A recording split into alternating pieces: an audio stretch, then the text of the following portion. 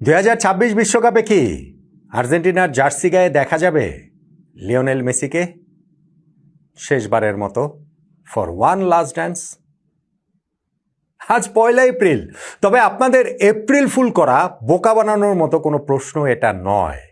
সত্যি সত্যিই কিন্তু বিশ্বকাপে মেসির খেলাটা এখনো 100% নিশ্চিত না। মেসি তো সেই কবে থেকেই বলে আসছেন যে এই বিষয়ে তিনি চূড়ান্ত সিদ্ধান্ত নেননি। এই যে 11ই জুন বিশ্বকাপ শুরু হবে আজ থেকে 2 মাস 10 দিন পর, এই যে 16ই জুন আলজেরিয়ার বিপক্ষে ওয়ার্ল্ড কাপে আর্জেন্টিনা প্রথম ম্যাচ খেলবে 2 মাস 15 দিন পর, সেখানে লিওনেল মেসিকে দেখা যাবে কিনা এটা কিন্তু এখনো আনুষ্ঠানিক ঘোষণার অপেক্ষায়।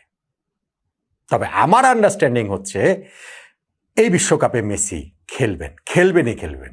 মেসি ছাড়া আর্জেন্টিনার এই বিশ্বকাপ অভিযান হয় না, হতেই পারে না, ভাবাই যায় না। আর জাম্বিয়ার বিপক্ষে সর্বশেষ ম্যাচটাতেও তিনি যেই ফুটবলটা খেললেন তাতে বুঝিয়ে দিলেন ক্যারিয়ার সায়ান্নে এসেও এখনো আর্জেন্টিনার জন্য তিনি কতটা গুরুত্বপূর্ণ। নেইমার, ব্রাজিলের নেইমার, তিনি কি বিশ্বকাপ খেলবেন? তাকে কি বিশ্বকাপ দলে দেখা যাবে? নেইমারের অবস্থাটা পুরোপুরি ভিন্ন, লিওনেল মেসির মতো নয়। মেসি বিশ্বকাপ খেলবেন কি খেলবেন না এটা তার ইচ্ছার উপর নির্ভর করছে, কেননা মেসির জন্য অপেক্ষায় আছেন তাদের কোচ লিওনেল স্ক্যালোনি, তাদের সতীর্থরা। নেইমারের জন্য ওই রকম অপেক্ষায় তো কার্লো অ্যানচেলত্তি কি রয়েছেন, ব্রাজিলের কোচ।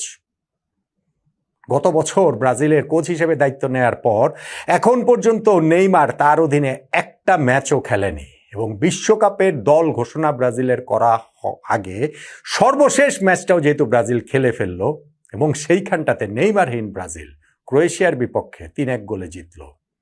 তাতে করে কি নেইমারের বিশ্বকাপ খেলার সম্ভাবনাটা আরও একটু ফিকে হয়ে গেল? দেখুন, আর্জেন্টিনার কথাটা একটু আগে বলি। মেসির কথা আমি বলছিলাম যে অবশ্যই তিনি বিশ্বকাপ খেলবেন। গত বিশ্বকাপ জয়টা ছিল মেসির ক্যারিয়ারের পূর্ণতা। এর আগে ইন্ডিভিজুয়াল এবং ক্লাব পর্যায়ে সম্ভাব্য সব কিছু তিনি জিতেছেন। কেবলমাত্র একটা অপ্রাপ্তি ছিল বিশ্বকাপ, 2022 কাতার বিশ্বকাপটা জিতে সেই অপ্রাপ্তিটাও তিনি দূর করে দিয়েছেন। তখনই তিনি অবশ্য নিতে পারতেন, অনেকে ভেবেছিলেন হয়তো তিনি সেটা করবেন ইন্টারন্যাশনাল ফুটবল থেকে, তবে তিনি তা করেননি, বরং প্রতিনিয়ত নিজেকে পুশ করে গেছেন। যদিও 2026 বিশ্বকাপে খেলবেন এরকম কমিটমেন্ট করেননি, একের পর এক ইন্টারভিউতে বারবার তিনি মনে করিয়ে দিয়েছেন যে এই বিষয়ে চূড়ান্ত সিদ্ধান্ত তিনি নেননি। বিশ্বকাপ বাছাই পর্বে ওই লাতিন আমেরিকা অঞ্চলে আর্জেন্টিনা 1 নম্বরে থেকে শেষ করেছে, এবং ওই অঞ্চলের বাছাই পর্বের সর্বোচ্চ গোলদাতার নাম লিওনেল মেসি। আপনি এই সর্বশেষ আর্জেন্টিনা যে 2টা ম্যাচ খেললো এই ফিফা উইন্ডোতে, সেই ম্যাচ 2টার কথা ভাবেন। মৌরিতানিয়ার বিপক্ষে আগের ম্যাচটা আর্জেন্টিনা জিতেছে বটে, তবে সেইটা আর্জেন্টিনা খেলা সমর্থকদের মন ভরাতে পারেননি। মেসি সেই ম্যাচের ফার্স্ট 11-এ ছিলেন না, বাদ দেয়নি, স্ক্যালোনি তাকে বিশ্রাম দিয়েছিলেন। এই ম্যাচে জাম্বিয়ার বিপক্ষে মেসিকে একাদশে রাখা হয়েছে এবং পুরো 90 মিনিট তিনি খেলেছেন, দাপটের সঙ্গে খেলেছেন।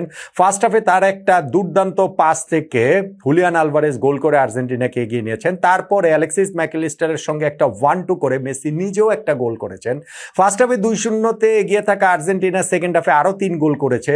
মেসির ওইখানটা তার 1 গোল হতে পারতো, পেনাল্টি আর্জেন্টিনা যে পেয়েছিল সেইটা তো মেসি তাদের ফার্স্ট পেনাল্টি টেকার, কিন্তু তিনি ওই পেনাল্টিটা নেওয়ার জন্য নিকোলাস ওতামন্দিকে ডাকলেন, যেই ডিফেন্ডার ঘরের মাটিতে শিওরলি তার শেষ ইন্টারন্যাশনাল ম্যাচ খেলছেন। আর্জেন্টিনার তো আর বিশ্বকাপের আগে কোনো ম্যাচ এখানে নেই, এবং বিশ্বকাপের পর ওতামেন্দি তো অবসর নেবেন। ওতামেন্দি গোল করলেন, এরপর একটা আত্মঘাতী গোল হলো, এবং শেষ দিকে গিয়ে আর্জেন্টিনা আরও একটা গোল ইনজুরি টাইমে পেল, 5-0 গোলে তারা জিতে গেল। আর্জেন্টিনার এই ম্যাচটাতেও যত আক্রমণ হয়েছে, বেশিরভাগ আক্রমণ হয়েছে মেসির মাধ্যমে। আক্রমণের প্রাণভোমরা সেই লিওনেল মেসি। ফলে মেসি ছাড়া আর্জেন্টিনা দল আর এই বিশ্বকাপে ঠিক ধরেন 2 মাস বাকি রয়েছে, এই সময় যদি মেসি বলেন যে আমি বিশ্বকাপে খেলবো না, সেইটা আসলে এমন শকিং হবে যা আর্জেন্টিনার এই শিরোপা ধরে রাখার অভিযানটাতে অনেক বড় একটা আঘাত হয়ে আসবে। ফলে আমার কাছে মনে হয় যে যদি তিনি ইনজুরির কারণে রুলড আউট হয়ে যান সেটা অন্য আলোচনা। মেসির তো আর কোনো ওই নেইমারের মতো সেই ইনজুরি প্রবলেম নাই, এখনো পর্যন্ত নাই, কিন্তু এর বাইরে বিশ্বকাপ মেসির খেলাটা নিশ্চিত। কোনো 99% নিশ্চিত না, 100% নিশ্চিত আসলে বলে দেয়া যায়। নেইমারের ক্ষেত্রে সেটা বলা যায় না, কেননা নেইমারকে ফিটনেস প্রমাণ করতে হবে। কেননা ব্রাজিল যে নেইমার ছাড়াও একটা দল হয়ে উঠছে। লাস্ট ম্যাচটাতে অন্তত পক্ষে ক্রোয়েশিয়ার বিপক্ষে ওইটা নেইমারকে আরও একটু কি পিকিং অর্ডার থেকে পেছনে ঠেলে দিয়েছে কিনা বিশ্বকাপ স্কোয়াডে, সেই আলোচনার জায়গাটা রয়েছে। ব্রাজিল ফুটবলে এখন ঘোর দুঃসময়। সেই 2002 সালে লাস্ট তারা বিশ্বকাপ জিতেছে, এরপরে 2006, 2010, 2014, 2018, 2022 5টা বিশ্বকাপ চলে গেছে, ব্রাজিল আর বিশ্বকাপ জিততে পারেনি। এইবারও কি তারা পারবে? 2022 বিশ্বকাপের পর তিনবার কোচ বদলে চতুর্থ কোচ হিসেবে কার্লো অ্যানচেলত্তি দায়িত্ব নিয়েছেন গত বছরের মে মাসে।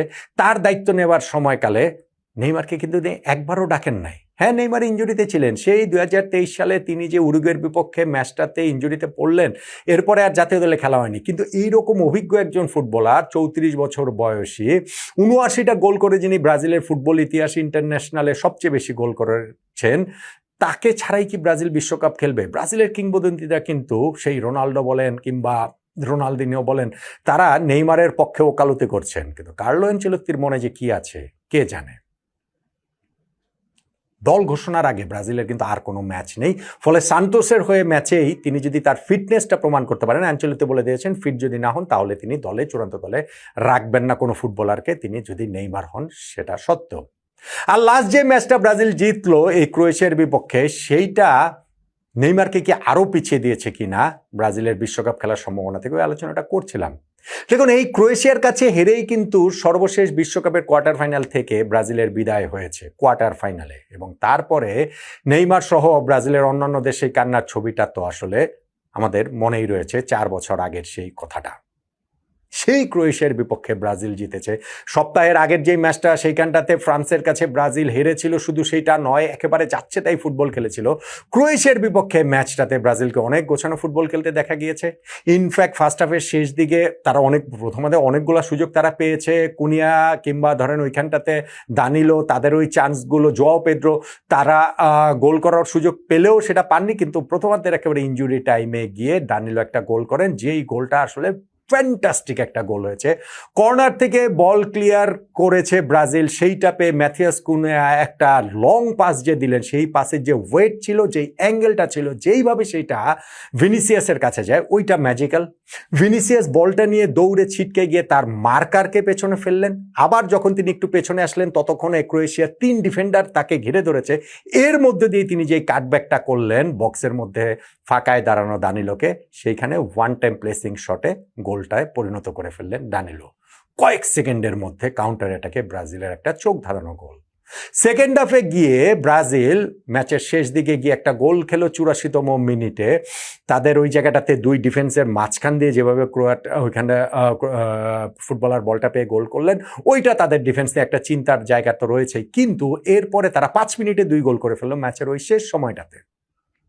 বদলি হিসেবে নেমেছিলেন যে এন্ড্রিক, তাকে ফাউল করায় পেনাল্টি পেল, এবং সেই পেনাল্টি থেকেই গর্তিয়াগো তিনি হচ্ছে গিয়ে গোলটা করলেন। ইংলিশ লিগে খেলা ব্রেন্টফোর্ডের এই ফরওয়ার্ড। আর এরপরে সেই এন্ড্রিকের পাস থেকেই ব্রাজিলের নিউ সেন্সেশন রিয়াল মাদ্রিদে নিজেকে মেলে ধরতে পারছিলেন না, ফ্রেঞ্চ লিগে লিওতে গিয়েছেন এবং সেইখানে দুর্দান্ত খেলছেন, এবং এই ম্যাচটাতেও নেমে তিনি ডিফারেন্স মেক করে দিলেন। শেষেও তিনি তার পাসটা থেকেই গ্যাব্রিয়েল মার্টিনেলি তিনি একটা দারুণ প্লেসিং শটে গোল করলেন। ফলে নেইমার ছাড়া এই ব্রাজিল, যেই ক্রোয়েশিয়ার কাছে গত বিশ্বকাপে নেইমার সহ তারা হেরে গিয়ে বিদায় নিয়েছিল, এইবার নেইমারহীন ব্রাজিল তাদেরকে প্রীতি ম্যাচ হলেও সেখানটাতে হারালো। ফলে বিশ্বকাপে নেইমারের খেলার সম্ভাবনার জায়গাটা কিন্তু আমার কাছে মনে হয় আরও একটুখানি কমেই গিয়েছে।